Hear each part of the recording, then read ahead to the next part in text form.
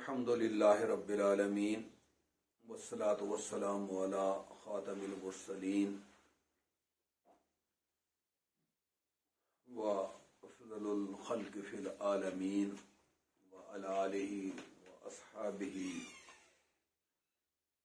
والتابعین لهم احسانا الی یوم الدین۔ حضرات گرامی، ہمارا مطالعہ سیرت کا یہ تیسرا سیشن ہے، اور میں نے شروع میں عرض کیا تھا کہ مطالعہ سیرت کے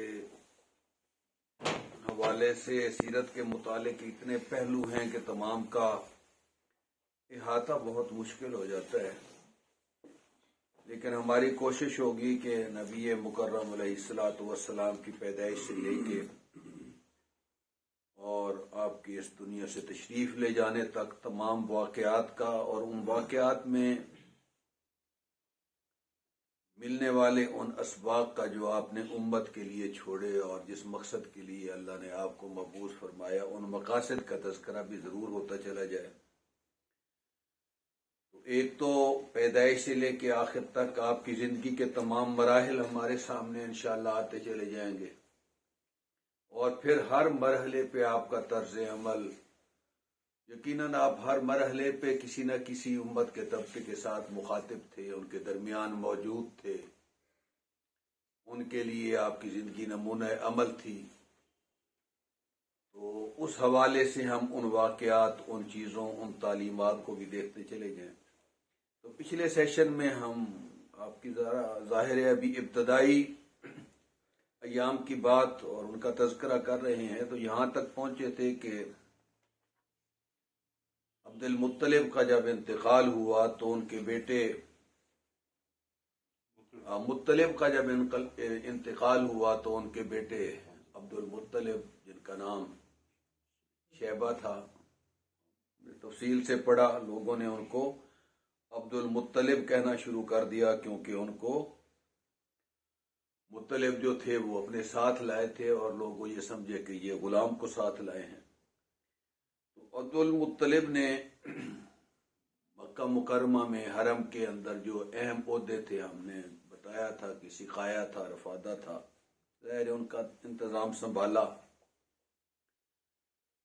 میں نے عرض کیا تھا کہ پانی بڑا کمیاب تھا اور آب زمزم جو تھا وہ پٹ چکا تھا، اس کو بنو جرہم نے جاتے ہوئے جب جنگ ہوئی تو بالکل پتھر اور مٹی ڈال کے ہموار کر دیا، پتہ ہی نہیں تھا کہ کہاں ہے۔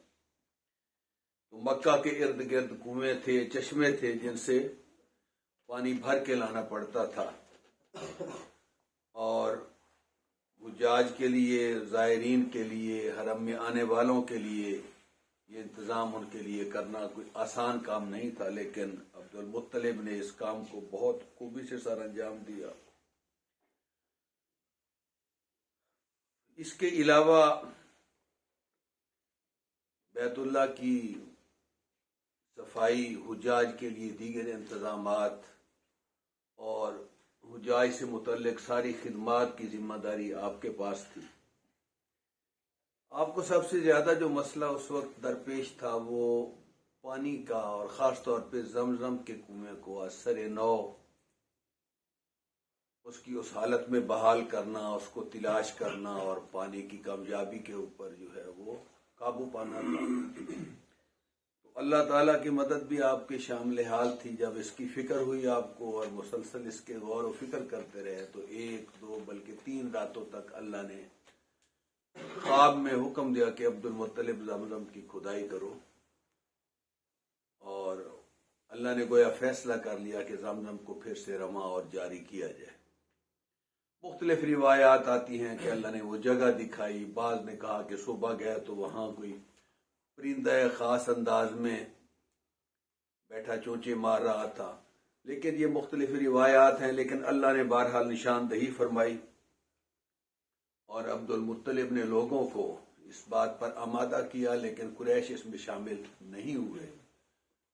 تو خود عبد المطلب اور ان کا بڑا بیٹا جو حارث ہیں، یہ ذہن میں رکھیں عبد المطلب کی اولاد ہم تو پڑھیں گے زیادہ جو ذمہ دارانہ روایات ہیں ان میں تو بیٹوں کی تعداد 10 آتی ہے، لیکن سلمان منصور پوری رحمۃ اللہ نے ان کی تعداد تواریخ سے 15 ثابت کی۔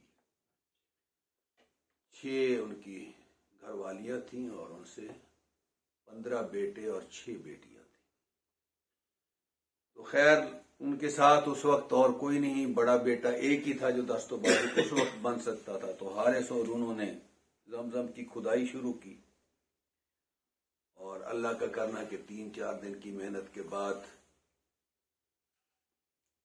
زمزم کے کنویں میں سے وہ چیزیں نمودار ہونا شروع ہو گئیں۔ یہ ذہن میں رکھیں کہ زمزم اٹا کیسے، ہم نے پہلے پیچھے پڑھا تھا کہ بنو جرہم آ کر یہاں آباد ہوئے تھے۔ بنو جرہم ہی میں پھر شروع میں ہم نے پڑھا کہ حضرت اسماعیل کی شادی ہوئی تھی، انہی کے پاس انتظام و انصرام تھا، لیکن بنو جرہم جو تھے وہ اس وقت صحیح طور پہ کعبہ کا انتظام و انصرام نہ سنبھال سکے اور بے راہ روی کا شکار ہوئے۔ سہولیات اور حجاج کے لیے بیت اللہ کے انتظامات سے انہوں نے بڑی ہی غفلت برتی،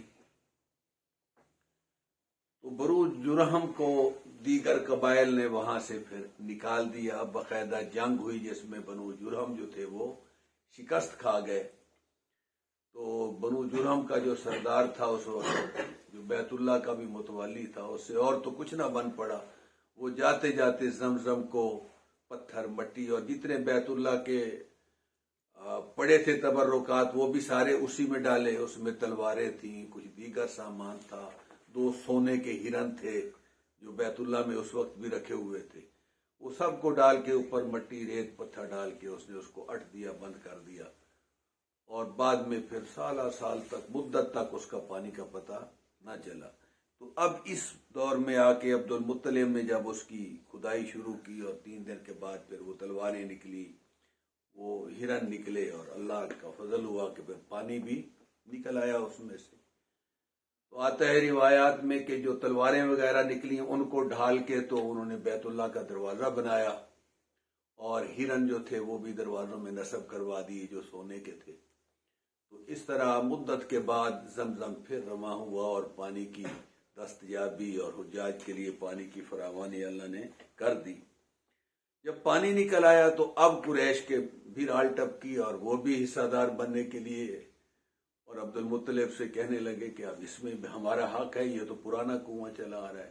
تو خیر قریش کو اس طور پہ حق اور تولیت تو نہیں دی، لیکن پانی کے استعمال کی اجازت آپ نے دے دی، اور پھر قریش بھی آپ کے ساتھ شامل ہوئے۔ اچھا، اس دوران میں ایک واقعہ پیش آیا، وہ بھی ضمناً بتا دوں کہ عبد المطلب جہاں رہائش پذیر تھے تو آپ کے سین پر جو آپ ہی کا چچا تھا نوفل نامی، اس نے قبضہ کر لیا۔ یہ واقعات چھوٹے چھوٹے ہیں لیکن کیونکہ سیرت سے ریلیٹڈ ہیں، تو اس وقت قریش سارے پیچھے ہٹ گئے، کہنے لگے بھئی آپ کا چچا بھتیجے کا مسئلہ ہے عبد المطلب، ہم آپ کی کوئی مدد نہیں کر سکتے۔ تو ہم نے پڑھا تھا کہ ہاشم کی شادی وہاں ہوئی تھی بنو نجار میں، مدینہ منورہ میں، تو گویا وہ عبد المطلب کے والد کے ننیحال تھے، اس کے بھی ننیحال کہہ لیں۔ تو انہوں نے پھر اپنے ماموں کو وہاں پیغام بھیجا، اپنی مدد کے لیے پکارا، تو وہ 80 آدمیوں کو لے کے ان کے ماموں وہاں آئے اور ان کو پھر قریش کو للکارا، خاص طور پہ بنو نوفل کو، اور وہ قبضہ لیا۔ جنگ کی نوبت نہیں آئی اور صلح صفائی کے ساتھ وہ، لیکن اس کا ایک فائدہ یہ ہوا کہ وہاں جب ان کی آپس میں ٹھنی تو بنو نوفل نے جو ہے بنو عبد شمس کے ساتھ معاہدہ کر لیا، ان کو اپنا حلیف بنا لیا کہ آئندہ اگر کوئی جنگ ہو تو گویا بنو ہاشم کے خلاف بنی نوفل نے بنو عبد شمس کے ساتھ معاہدہ کیا، اور بنو خزاع اور بنو نجار جو تھے یہ ان کے حلیف بن گئے بنو ہاشم کے۔ اور اسی معاہدے نے پھر بنو نجار کیونکہ ننیال بھی تھے، اس نے پھر فتح مکہ میں ہم آگے جا کے پڑھیں گے، اس میں بھی بڑا انہوں نے کردار ادا کیا۔ خیر ان واقعات کی تفصیل ہم چھوڑ دیتے ہیں۔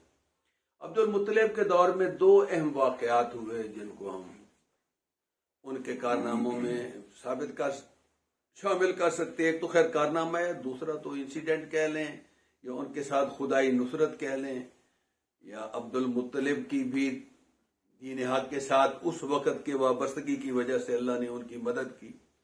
ایک تو یہی چاہے زمزم کی کھدائی اور آب زمزم کا دوبارہ بازیافت، اور دوسرا اصحاب فیل کا بھی واقعہ. انہی کے دور میں حضور اکرم صلی اللہ علیہ وسلم کی پیدائش سے چند دن پہلے، 40 یا 50 دن اختلافی روایات کے مطابق. یہ ہم پڑھ چکے کہ زمزم کی کھدائی، اس میں زیادہ تفصیل میں نہیں جاتا کہ کیوں کرنی پڑی اور پھر کس نے پاٹا اور کس نے بند کیا. ابھی ہم نے پڑھا کہ بنو جرم نے. تو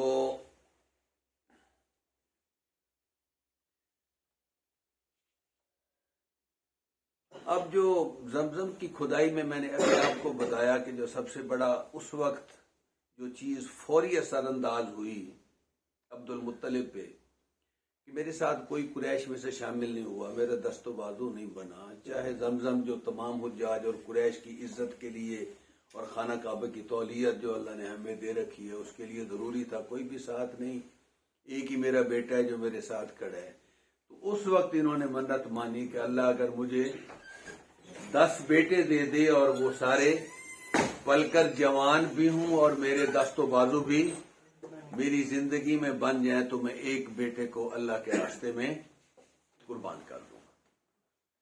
اللہ کا کرنا میں نے آپ کو بتایا کہ 10 پہ تو بالاتفاق سب مورخین اس پہ متفق ہیں، اور بعض مورخین نے 15 تک آپ کے بیٹے لکھے، لیکن زیادہ تر مورخین 10 کی بات کرتے ہیں.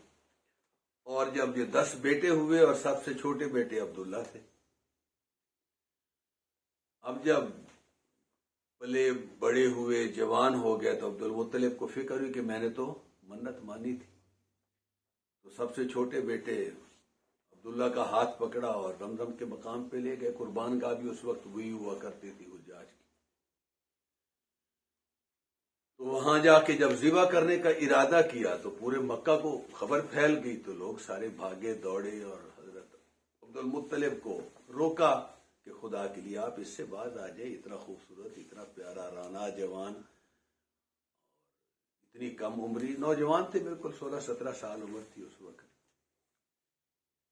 تو کہا کہ کسی طرح کوئی صورت ایسی بن پڑے کہ عبداللہ جو ہے وہ ذبح نہ ہو، عبداللہ جو ہے وہ قربان گاہ میں اس طرح ذبح نہ کیا جائے، ہم سے برداشت نہیں ہوتا.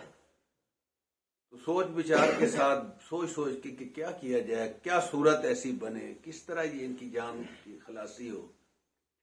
تو یثرب میں ایک بہت ہی ماہر خاتون تھی جو اس طرح کے مسائل کا حل اس وقت بھی بتایا کرتی تھی. تو طے ہوا کہ اس کے پاس جایا جائے، اس سے مشورہ کیا جائے، اس کی دانائی اور اس کا مشکل مسائل اور اس طرح کی سچویشنز میں. جب پہنچے عبد المطلب بھی اور ساتھ باقی آیان و انصار بھی، تو اس خاتون نے یہ پوچھا کہ آپ یہ بتائیں کہ اگر آپ کے ہاں جنگ میں کوئی کسی کا جنگی قیدی بن جائے یا کوئی قتل ہو جائے تو آپ کیا فدیہ وغیرہ دے کے جان بچاتے اور چھڑاتے ہیں؟ تو اس وقت کے رواج کے مطابق انہوں نے کہا کہ ہم فدیے میں 10 اونٹ دیتے ہیں، اپنے قیدی کو چھڑانا ہو یا خون بہا کے طور پر. تو اس نے کہا پھر ٹھیک ہے، آپ یوں کریں کہ 10 اونٹ ایک طرف اور عبداللہ کا نام ایک طرف. آپ مہنت کے پاس جائیں جو فال نکالتا ہے، جو تیر نکالتا ہے فال کے، باقاعدہ ایک ادارہ تھا، سسٹم تھا اس وقت. وہ ہوبل کے سامنے بیٹھ کے ویسے نکالتے تھے، اور مہنت ہوتے تھے جو باقاعدہ اس کام کے لیے. تو انہوں نے فال کا کورا ڈالا، ایک طرف 10 اونٹ اور ایک طرف عبداللہ کا نام. تو حضرت عبداللہ کا نام نکلا. اس نے کہا اگر ایک دفعہ نکلے، 2 دفعہ 10 اونٹ بڑھاتے جانا، جہاں اللہ کو منظور ہوگا تو اس وقت ان کی جان بچ جائے گی. 20 اونٹ اور حضرت عبداللہ پھر پورا عبداللہ کے نام، 30 اونٹ اور حضرت عبداللہ پھر پورا حضرت عبداللہ کے نام، 40 اونٹ اور حضرت عبداللہ پھر پورا حضرت عبداللہ کے نام، یہاں تک کہ 100 اونٹوں پر پہنچے جب تو پورا اونٹوں کے نام کا نکلا کہ 100 اونٹ ذبح کر دیے جائیں تو عبداللہ کی جان بچ سکتی ہے۔ اور عبد المطلب اس قدر اس میں کیا کہہ سکتے ہیں اخلاص اور ڈٹرمینیشن تھی، جو اپنی کمٹمنٹ کی تھی، کہنے لگے ممکن ہے یہ پورا ایسے ہی نکل آیا اور دوبارہ پورا ڈالا جائے، پورا دوبارہ ڈالا گیا اور دوبارہ بھی پھر حضرت عبداللہ کی بجائے 100 اونٹوں کا پورا نکلا جب تو پھر 100 اونٹ قربان کیے گئے، اور اس طرح اللہ نے گویا 100 اونٹ قبول کر کے حضرت عبداللہ کو، دیکھیں یہ چیز ساتھ ساتھ دیکھتے چلے جائیں کہ اللہ کس طرح اپنے نبی کی زندگی کا اہتمام فرما رہے ہیں، عبداللہ کس طرح قربان ہو جاتے، کس طرح ذبح کر دیے جاتے کہ ان کے پاس ایک بہت بڑا بار امانت تھا، جب تک وہ منتقل نہ ہو جائے، جب تک وہ باپ کی پشت سے ماں کے پیٹ میں نہ چلا جائے تو اس وقت تک ان کی جان جانا ممکن ہی نہیں تھی۔ تو 100 اونٹ قربان کرنے کے بعد 9 دفعے کے بعد جب 10ویں دفعہ نکلا اور پھر 11ویں مرتبہ بھی قرآن دازی کی گئی تو حضرت عبداللہ کو اللہ نے 100 اونٹوں کو قبول کیا، اور یہ اونٹ پھر ذبح کر کے وہاں ڈال دیے گئے اور منادی عام کر دی گئی کہ جو آئے اس سے فائدہ اٹھائے، یعنی اس کا گوشت، ان کی کھال، جو بھی ان کے ہاں سب سے بڑی اس وقت قیمتی متاع یہی ہوتی تھی، تو اس کو انفاق اور صدقہ کے طور پہ سب کو اذن عام دے دیا گیا۔ تو حضرت عبداللہ، اب ہم ذرا تیزی سے بڑھتے ہیں، بچپن گزرا، لڑکپن گزرا، جوانی کی عمر کو جب پہنچے تو اللہ تبارک و تعالیٰ نے، جو مورخین نے لکھا ہے کہ اٹھتی جوانی بھی تھی، رانائی بھی تھی، چاند کی طرح بہت خوبصورت تھے، اور خاص طور پہ عرب میں یہ پہلی دفعہ ہوا کہ ایک بچے کی جان بچانے کے لیے 100 اونٹ ذبح کیے گئے، تو اس سے ان کی شہرت کمال کو پہنچ گئی عرب کے اندر کہ یہ وہ نوجوان ہے جس کی خاطر قریش نے 100 اونٹ قربان کر کے اس کی جان بچائی۔ تو اب قبیلہ، ہر عرب کا قبیلہ اور ہر گھر چاہتا تھا کہ عبداللہ کی شادی ان کے ہاں ہو، ان کی بیٹی کی مقدر بنے کہ عبداللہ کے وہ گھر کو آباد کرے، لیکن یہ انتخاب نہ حضرت عبداللہ نے کرنا تھا نہ کسی اور نے کرنا تھا، عبداللہ کے گھر والے کا انتخاب تو خدائی انتخاب تھا، کیونکہ یہ امانت جن کے سپرد ہونی تھی اللہ نے پہلے سے طے کر رکھا تھا، کیونکہ وہ عام عورت نہیں بلکہ اس عورت کو خاتم المرسلین صلی اللہ علیہ وسلم کی ماں بننا تھا۔ تو اللہ نے یہ پورا حضرت سیدہ آمنہ کے نام ڈالا۔ آپ قبیلہ بنو زہرہ سے تعلق رکھتی تھی اور قبیلہ بنو زہرہ کے سردار کی بیٹی تھی، تو عبد المطلب نے پیغام بھیجا، انہوں نے فوراً قبول کر لیا۔ مدینہ منورہ میں ظاہر ہے آپ کو پتہ ہے شادی 3 دن تک آپ وہیں سسرال کے ہاں قیام پذیر رہے، 3 دن کے بعد پھر آپ مکہ مکرمہ تشریف لائے، اور شادی کے وقت حضرت عبداللہ کی عمر 17 سال تھی۔ قریش کے قافلے جاتے تھے تجارت کے لیے، تو حضرت عبداللہ بھی شام تجارت کے لیے روانہ ہو گئے۔ اللہ کا کرنا ہوا کہ واپسی پر میں نے بتایا کہ ننیال مدینہ منورہ میں تھا، تو ارادہ کیا کہ وہاں ننیال سے ہوتا جاؤں، ملتا جاؤں، ان کے ہاں تشریف لے گئے، لیکن وہاں جا کر بیمار پڑ گئے۔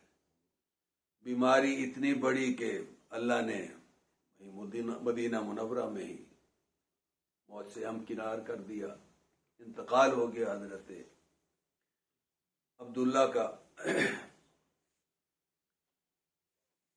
بیمار جب ہوئے تو عبد المطلب کو پتہ چلا کہ عبداللہ بیمار ہو گئے، تو اپنے بڑے بیٹے حارث کو بھیجا کہ فوراً جاؤ اپنے بھائی کی تیمارداری بھی کرو، علاج معالجہ بھی کرو اور ان کو واپس لے آؤ۔ لیکن اللہ کا ایک اپنا نظام ہے کہ الانسان یدبر واللہ یقدر، انسان تدبیر کرتا ہے لیکن تقدیر اپنا وار کر جاتی ہے۔ تو حارث کے پہنچنے سے پہلے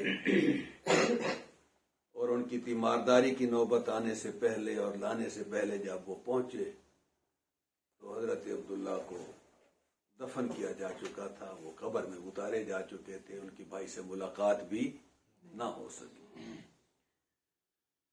تو یوں کہہ سکتے ہیں آپ کہ حضرت عبداللہ کا سفر شام سفر آخرت ثابت ہوا اور وہ واپس اپنے گھر والوں کے پاس لوٹ کر نہ آ سکے۔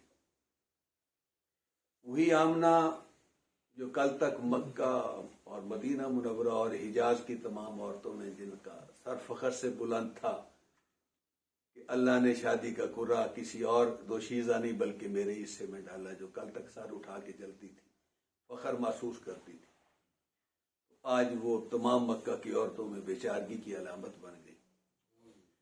بیوگی ان کے مقدر میں آئی اور کل تک قابل رشک تھیں آج قابل رحم بنی ہوئی تھی۔ حضرت عبداللہ کا جب انتقال ہوا ہے تو حضرت آمنہ جو تھی وہ امید سے تھی کہ اللہ نے دیکھے، جس طرح میں نے پہلے کہا 10 20 30 تک قرآن دازی کہاں، میں نے کہا حبل کے سامنے ہو رہی تھی، حبل جان لینے پہ آیا ہوا تھا بقول ان کے، لیکن اللہ بچانے پہ آیا ہوا تھا۔ یہاں صرف میں یہ کہنا چاہتا ہوں کہ اللہ کو صرف یہی منظور تھا کہ عبداللہ سے امانت منتقل ہو جائے اور پھر عبداللہ اللہ کے حضور چلے جائے، اور یہی کچھ ہوا۔ شادی ہوئی، آمنہ امید سے ہوئی، وہ امانت عظمیٰ ان کے سپرد کر دی گئی اور حضرت عبداللہ کا انتقال ہو گیا، کیونکہ اللہ نے جو ان سے کام لینا تھا وہ لے لیا۔ جب وہ کام پورا ہو گیا تو اللہ نے ان کو اٹھا لیا۔ اللہ اکبر۔ تو یہ اکثر مورخین کے نزدیک یہ تو بالاتفاق ہے، اس میں تو کوئی اختلاف نہیں کہ سوموار کا دن تھا، لیکن اب جدید تحقیق اور جو بہت ماہرین ہیں تواریخ اور سنوں اور اس کے ایام کی جو ہے کیا کہہ سکتے ہیں چھان بین کے، ان کے مطابق 9 ربیع الاول آپ کی تاریخ پیدائش اللہ کے نبی علیہ الصلوۃ والسلام کی، لیکن ہمارے ہاں عام طور پہ 12 ربیع الاول جو ہے وہ بیان بھی کی جاتی ہے، لکھی بھی جاتی ہے، اور 12 ربیع الاول بہت سے مورخین نے یقیناً لکھی بھی ہے، لیکن حقیقت یہی ہے کہ یہ تاریخ کے صحیح حساب کے اعتبار سے 9 ربیع الاول بنتی ہے۔ عبد المطلب کو اطلاع ہوئی، بہت خوش ہوئے، دوڑے دوڑے گئے، خوشی کی انتہا نہیں تھی۔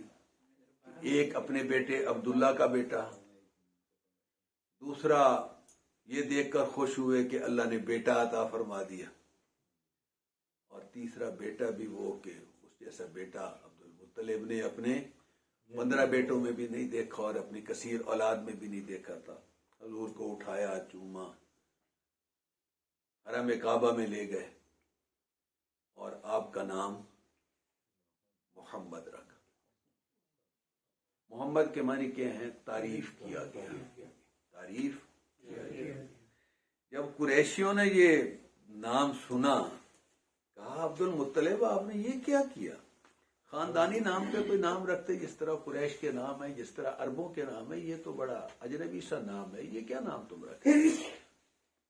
تو آپ نے برملا کہا کہ مجھے امید ہے اللہ سے کہ انشاءاللہ میرے اس بیٹے کی تعریف آسمانوں پر بھی ہوگی اور زمین پر بھی ہوگی، اور پوری کائنات اللہ نے اور خالق نے اس کو پیدا اس لیے کیا ہے کہ ساری مخلوق اس کی تعریف انشاءاللہ کرے گی۔ اب یہ کیا چیز تھی جس نے عبد المطلب نہ پیغمبر تھے، نہ نبی تھے، نہ وحی آتی تھی، لیکن اللہ نے یہ چیز دل میں القاء فرمائی، اور وہ نام جو اللہ کے ہاں منظور تھا وہ انہی سے رکھوایا اور کہلوایا۔ اللہ کے نبی علیہ الصلوۃ والسلام جب پیدا ہوئے تو آپ نے 2 یا 3 دن اپنی والدہ کا دودھ پیا شروع کیا۔ مکہ مکرمہ میں باہر سے مختلف قبائل اور دیہاتی علاقوں سے دائیاں آیا کرتی تھیں، عورتیں آتی تھیں جو بچوں کو دیہات کے ماحول میں، عربوں کے ہاں رواج تھا کہ وہ بچوں کو فصیح اللسان بنانے کے لیے خوبصورت فصاحت و بلاغت والی اچھی عربی اور خالص عربی، کیونکہ دیہاتوں کی زبان خالص ہوتی ہے، شہروں میں آ کے زبانیں بگڑ جایا کرتی ہیں، یہ ہم بھی تجربہ کر رہے ہیں۔ تو خالص عربی زبان سکھانے کے لیے اور بچے کی نشو و نما، ان کی بڑھوتری قدرتی ماحول میں ہو، مضبوط ہوں، محنت کے عادی ہوں، یہ ساری چیزیں سامنے رکھ کے وہ دیہاتوں میں بھیجا کرتے۔ لیکن ان دنوں ابھی وہ بھی خاص خاص موسم میں آیا کرتی تھیں اور بچے لے جایا کرتی تھی، روزانہ نہیں آیا کرتی تھی۔ تو ان دنوں کوئی بھی عورتیں ابھی وہاں بچوں کو لینے کے لیے نہیں آئیں، تو پہلے والدہ کا 2 یا 3 دن دودھ پیا۔ پھر ابو لہب کی ایک لونڈی تھی سویبہ، عام طور پہ لوگ صوبیہ پڑھتے ہیں، صحیح نام سویبہ ہے۔ پھر سویبہ کا دودھ آپ نے پیا ہے، مہینہ، 1.5 مہینہ، 2 مہینے، اب اس میں کوئی تعین نہیں ہے، لیکن کچھ دن تک، مہینے سے کچھ اوپر اور 2 مہینے سے کچھ کم، آپ نے سویبہ کا دودھ پیا۔ اس کے بعد رواج کے مطابق مختلف جو بدوی قبائل کی عورتیں تھیں وہ بچوں کو لینے کے لیے آئیں۔ تو یہ عجیب اتفاق ہے کہ یہ ذہن میں رکھیں کہ جب دائیاں آتی تھیں یا دیہات سے عورتیں آتی تھیں بچوں کو لینے کے لیے، تو ان کی نظر امیر گھرانوں پہ ہوتی تھی، کھاتے پیتے گھرانوں پہ ہوتی تھی، ان بچوں پہ ہوتی تھی کہ جن کے مالدار والدین ہوں، جو ان کی صحیح خدمت کر سکیں، جن سے ان کو صحیح معاوضہ مل سکے۔ تو مختلف عورتیں جب آئیں تو اس میں تو کوئی شک والی بات نہیں کہ حضور اکرم صلی اللہ علیہ وسلم تو یتیم مکہ تھے، اور یتیمی اس وقت شروع ہوئی جب ابھی آپ ماں کے پیٹ میں تھے، اور کمانے والا کوئی گھر والا تو تھا نہیں حضرت آمنہ کا۔ تو لوگوں نے سوچا، عورتوں نے سوچا کہ بیوہ والدہ ہمیں کیا پیسے دے گی، بوڑھا دادا بھی ہمیں کیا خدمت کرے گا ہماری، تو اس کے بالمقابل جو کھاتے پیتے گھرانوں کے بچے ہیں ان کو اٹھا لیا جائے، ان کو گود لے لیا جائے۔ تو خیر صاحب نے اپنے اپنے بچے گود لیے، لیکن حضرت حلیمہ سعدیہ، جن کو اللہ نے مقدر میں لکھا تھا کہ وہ یہ ابو زویب کی بیٹی تھیں، قبیلہ بنو سعد سے ان کا تعلق تھا۔ مورخین بالاتفاق لکھا ہے کہ خود بھی سب سے کمزور تھی عورتوں میں، کہ وہ جو بچہ، جس کو اپنا بچہ ظاہر ہے دودھ اس کو بھی پلاتی تھی نا، دودھ وہی پلاتی تھی جن کے اپنے بچے بھی گود میں ہوتے تھے۔ خود کمزور تھی، اپنے بچے کا بھی دودھ پورا نہیں ہوتا تھا۔ جس اونٹنی پہ آئی وہ بھی سب سے کمزور اور مریل تھی، خود بھی غریب تھی۔ جب سب کو بچے مل گئے تو ایک حلیمہ بچ گئی اور ایک محمد صلی اللہ علیہ وسلم بچ گئے۔ تو خود میاں بیوی نے سوچا اور یہ طے کیا کہ اب بچہ بھی ایک رہ گیا ہے اور ہم بھی اکیلے رہ گئے ہیں، باقی تو سب نے اپنے بچے گود لے لیے۔ تو بقیہ نے تو یتیم سمجھ کر، غریب سمجھ کر چھوڑ دیا، بے اعتنائی برتی، اور توقع نہیں تھی زیادہ پیسے ملنے کی۔ تو سوچا کہ خالی ہاتھ لوٹ جانے سے تو بہتر ہے کہ اسی بچے کو گود لے لیا جائے۔ حضرت حلیمہ سعدیہ اور مورخین، اور یہ روایات بالکل اس درجے کی نہیں ہے کہ جن کو رد کر دیا جائے، بہت معتبر روایات سے۔ حلیمہ کہتی ہیں کہ میرا تو اپنا بچہ چھاتی کے قریب آتا تھا تو بھوکا ہی رہ جاتا تھا، جب اللہ کے نبی صلی اللہ علیہ وسلم کو چھاتی سے لگایا میں نے تو نہ جانے کہاں سے میرے دودھ کے چشمے پھوٹ پڑے۔ میرا بیٹا بھی سیر ہو کے پیتا تھا، اور میرا بیٹا محمد صلی اللہ علیہ وسلم بھی سیر ہو کے پیتا۔ ان کے خامد کہتے ہیں کہ وہ اونٹنی جس کو دو کہ ہمیں سب کو کبھی دودھ پورا نہیں ہوتا تھا، بھوکے پیاسے ہی رہتے تھے، اونٹنی کے تھنوں میں بھی دودھ ایسا اتر آیا کہ دودھ ختم ہونے کا نام بھی نہیں۔ گویا آپ صلی اللہ علیہ وسلم کے تشریف لاتے ہی حضرت سعدیہ میں گھر میں گویا بنو سعد کے ہاں رحمتوں کی ایک گویا برسات کا سلسلہ واقعتاً برسات بھی ہوئی، بارشیں ہوئیں، فصلیں ہوئیں، سیراب بھی ہوئی، علاقہ سرسبز ہوا، پورے علاقے میں خیر اور برکات. اس کی تفصیل میں بہرحال نہیں جاتے، صرف اتنا کہنا چاہتا ہوں کہ اللہ کے نبی علیہ الصلوۃ والسلام کی ذات کی وجہ سے ان گھر والوں میں، ان کے جانوروں میں، ان کی فصلوں میں، ان کے پھلوں میں، ان کی سرزمین پہ اللہ نے رحمتوں کی گویا بارش اور برکھا برسا دی. ان کا گھر جو تھا وہ آماج گاہ بن گیا. حضور اکرم صلی اللہ علیہ وسلم حضرت حلیمہ سعدیہ کی گود میں پرورش پاتے رہے. حضور کی ایک رضائی بہن تھی شیمہ، ان کے ساتھ حضور بڑے ہوئے، ان کے ساتھ ہی پلے، انہی کے ساتھ ہی کھیلے، انہی کے ساتھ بچپن کے دن گزارے. حضور اکرم صلی اللہ علیہ وسلم کی عمر جب 2 سال کی ہوئی، عموماً 2 سال کے بعد رضاعت ختم کر کے بچے ان کی ماؤں کے واپس حوالے کر دیے جاتے تھے. لیکن قبیلہ بنو سعد نے، حلیمہ سعدیہ نے، ان کے خامد نے، گھر والوں نے، قبیلہ والوں نے جب دیکھا کہ جب یہ بچہ جب سے آیا ہے تو خیر و برکت کے گویا دہانے کھل گئے ہیں اور ہر طرف اللہ نے برکت ہی برکت رکھ دی ہے، تو دل نہیں چاہتا تھا کہ اس بچے کو واپس کیا جائے. لیکن گئی حضرت آمنہ کے پاس اور کہا کہ 2 سال تو ہو گئے لیکن میں ابھی نہیں لانا چاہتی، شاید آب و ہوا راس نہ آئے، بچہ ہے ابھی وہاں ماشاءاللہ خوب کھیلتا ہے، خوب دوڑتا ہے، بھاگتا ہے، ماحول اچھا ہے، میں چاہتی ہوں کہ ابھی کچھ عرصہ میرے پاس اور رہنے دیا جائے. تو حضرت آمنہ شروع میں تو اس کے لیے راضی نہ ہوئی، لیکن ان کے اصرار پہ آپ نے رضامندی ظاہر کر دی اور حلیمہ پھر واپس لے کے حضرت حضور اکرم صلی اللہ علیہ وسلم کو چلی گئی. حضور اکرم صلی اللہ علیہ وسلم کی عمر جب 5 سال کی ہوئی تو یقیناً اب کوئی گنجائش باقی نہیں رہی تھی، مزید رکھنے کا کوئی جواز باقی نہیں رہا تھا. تو جدائی کا بہرحال وقت آن پہنچا حضرت حلیمہ سعدیہ پہ، اور اس دوران ایک واقعہ پیش آیا کہ حبشہ کے کچھ عیسائی وہاں سے گزرے، بنو سعد کے پاس سے ٹھہرے، ان سے کوئی انٹریکشن ہوا، پانی مانگا. قافلوں کا تعلق تو پھر راستے میں پڑنے والے قبائل سے ہوتا تھا. حضور پہ ان پر نظر پڑی ان کی، ظاہر بچپن تھا، ابھی 4-5 سال عمر. تو حلیمہ سے پوچھنے لگی یہ بچہ کون ہے، یہ کس کا ہے، کہاں سے آیا ہے. بچے کے بارے میں بڑی تفصیلی معلومات لینے لگے. پھر آپس میں خسر پسر کرنے لگے کہ یہ بچہ کیوں نہ ہم اپنے ساتھ لے جائیں. تو حضرت حلیمہ سعدیہ کو بڑا خوف ہوا کہ یہ تو بڑے خطرناک عزائم ہیں ان کے، اور اب بچہ بھی بڑا ہو گیا ہے اور میں کہہ کے واپس لائی ہوں. تو ڈرتے مارے فوراً انہیں خود بھی غائب ہو گئی اور حضور کو بھی وہاں سے چھپا لیا. قبیلہ تو خیر وہ چلا گیا، وہ قافلہ تو، لیکن اس کے فوراً بعد حضرت حلیمہ سعدیہ حضور اکرم صلی اللہ علیہ وسلم کو لے کے اور آپ کی یہ امانت ان کی والدہ کے سپرد کرنے کے لیے حضرت آمنہ کے پاس پہنچی. جب حضور اکرم صلی اللہ علیہ وسلم کی عمر مبارک 6 سال ہوئی تو حضرت آمنہ نے ارادہ کیا کہ میں خود بھی اور بچے کو بھی باپ کی قبر پہ لے جاؤں، ان کو ان کا گھر دکھاؤں، مدینہ منورہ دکھاؤں، ان کیفیات اور احوال کا کچھ ان کو پتہ دوں کہ جہاں ان کے والد رہا کرتے تھے.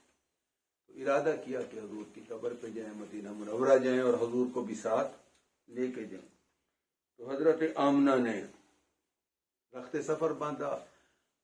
تو حضور تھے، ظاہر بچے تھے، ام ایمن تھیں آپ کے ساتھ، آپ کی باندھی، اور حضرت آمنہ رضی اللہ تعالی عنہ تشریف لے گئے. حضور اکرم صلی اللہ علیہ وسلم کو